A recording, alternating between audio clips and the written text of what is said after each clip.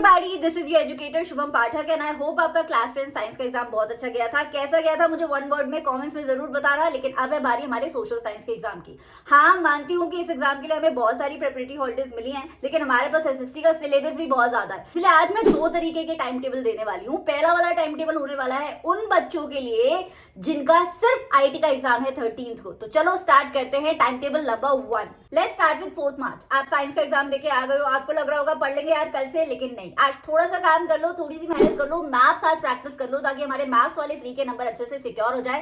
साथ में rise of nationalism in Europe, ये बड़ा सा चैप्टर जो हम पूरे साल में 6-7 बार ऑलरेडी पढ़ चुके हैं, इसे भी रिवाइज कर लो। अच्छा, रिवाइज कैसे करना है? वन शॉट वीडियोस देखनी है, छोटी से छोटी, 1 घंटे से ऊपर की कोई वीडियो नहीं देखनी है और उसे भी 2x स्पीड पे लगा के देखना है। साथ में जो नोट्स बनाए हुए थे अपने वो भी निकालो। नाउ एनसीईआरटी की रीडिंग लगानी है कि नहीं लगानी है? देखो भाई, हमारे पास एसएसटी में ना 21 चैप्टर है। हम एनसीईआरटी की रीडिंग लगाने बैठेंगे ना 21 चैप्टर की, तो 5-6 दिन तो ऐसे ही निकल जाएंगे। तो पूरी एनसीईआरटी रीडिंग लगाने की जरूरत नहीं है, इंपॉर्टेंट टॉपिक्स की रीडिंग लगा सकते हो आप। Now let's come to 5th March. 5th March की मॉर्निंग को आपको नेशनलिज्म इन इंडिया पढ़ना है। कई बार पढ़ चुके हो, मॉर्निंग में अच्छे से खत्म हो जाएगा।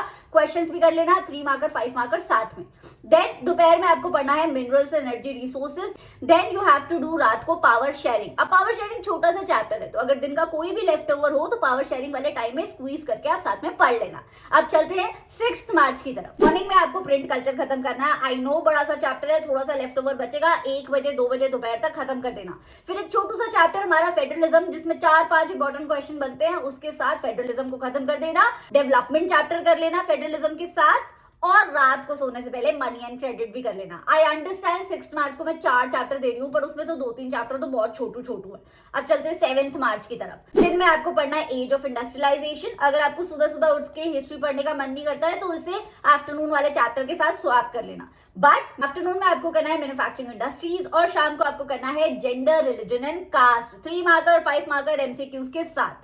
8th मार्च की मॉर्निंग में आपको करना है making of the global world, दोपहर में करना है life lines of national economy, और शाम को करना है sectors of Indian economy. Now 9th मार्च को सुबह सुबह आपको करना है रिसोर्सेज एंड डेवलपमेंट, दोपहर में करना है agriculture with its map, and शाम को करना है पॉलिटिकल पार्टीज। और जो भी लेफ्ट ओवर बचा हो 7th या 8th का, वो भी 9th को कंप्लीट कर लेना, क्योंकि 9th वाले तीनों चैप्टर हमारे छोटू से हैं। Now next is 10th of March. 10th of March को फॉरेस्ट एंड वाइल्ड लाइफ करना है हमें। दोपहर में करना है globalisation and the Indian economy, and this is it. 10th को मैंने थोड़ा सा खाली रखा है ताकि जो भी लेफ्ट ओवर हो पूरे हफ्ते का वो आप कंप्लीट कर लो। Now next is 11th of March. Now I understand कुछ बच्चों का 13th ऑफ मार्च को आईटी का यानी कि कंप्यूटर साइंस का एग्जाम होगा, तो इसीलिए 11th ऑफ मार्च को मैं एक बहुत छोटू सा चैप्टर दे रही हूँ, which is outcomes of democracy. Outcomes of democracy के साथ अपने बाकी पूरा दिन आप अपनी कंप्यूटर साइंस की प्रिपरेशन कर सकते हैं। 12 मार्च को भी आप पूरा दिन कंप्यूटर साइंस की प्रिपरेशन करिए और 13 मार्च को जाके उसका पेपर देके आ जाइए। अब 13 मार्च को जब पेपर देके आएंगे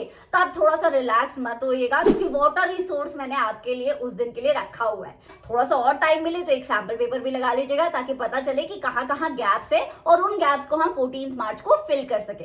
14th March is just for practice as many MCQs as possible, practice maps, practice sample papers, practice important dates, and this is it. You will be prepared for your exam on 15th of March. चलिए अब चलते हैं दूसरे time table की तरफ जो मैंने बनाया है उन बच्चों के लिए जिनका संस्कृत का भी एग्जाम है और आईटी का भी एग्जाम है। For the second time table 4th मार्च को आपको करना है rise of nationalism in Europe के साथ नेशनलिज्म इन इंडिया। 5th मार्च को करना है print culture, power sharing, minerals energy resources and agriculture. I understand थोड़ा सा कॉम्पैक्ट है आपका टाइम टेबल, लेकिन आपके 2 एग्जाम है भाई एसएसटी से पहले। एनीवे 6th मार्च को करना है making of the global world, age of industrialisation, छोटू सा चैप्टर डेवलपमेंट, और उससे भी छोटा चैप्टर वाटर रिसोर्सेज। 7th को करना है आपको life lines of national economy, globalisation and the Indian economy, federalism and money and credit, 4 छोटे चैप्टर। 8th को करना है फॉरेस्ट एंड वाइल्ड लाइफ, साथ में मैप्स, आउटकम्स ऑफ डेमोक्रेसी भी इसी दिन करना है, और मैन्युफैक्चरिंग इंडस्ट्रीज भी।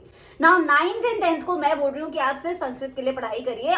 11th के दिन संस्कृत का एग्जाम देके आइए, और एग्जाम देके आने के बाद थोड़ा सा रेस्ट करने के बाद 2 चैप्टर कंप्लीट करने हैं, gender, religion and caste and sectors of Indian economy. हो सकता है संस्कृत वाले बच्चों का फिर से एग्जाम हो 13th को आईटी का, तो 12th को आप सिर्फ आईटी के लिए पढ़िए और 13th को आईटी का एग्जाम दे के आइए। पढ़ लीजिएगा resources and development and political parties शाम को पेपर देने के बाद। और 14th को सिर्फ लगाइए सैंपल पेपर्स, सॉल्व करिए एमसीक्यूज, करिए मैप की फिर से प्रैक्टिस, डेट कर लीजिए रिवाइज और 15th को अच्छे से दे के आइए एसएसटी का एग्जाम। तो आई होप ये दोनों के दोनों टाइम टेबल्स आपके कैसे ना कैसे काम जरूर आएंगे। अगर बाई चांस आपका एसएसटी के एग्जाम से पहले कोई रीजनल लैंग्वेज का भी एग्जाम है तो इस टाइम टेबल को अपने अकॉर्डिंग मॉडिफाई करना मत भूलिएगा। अगर ये टाइम टेबल अच्छा लगा हो तो कमेंट्स में जरूर बताइएगा।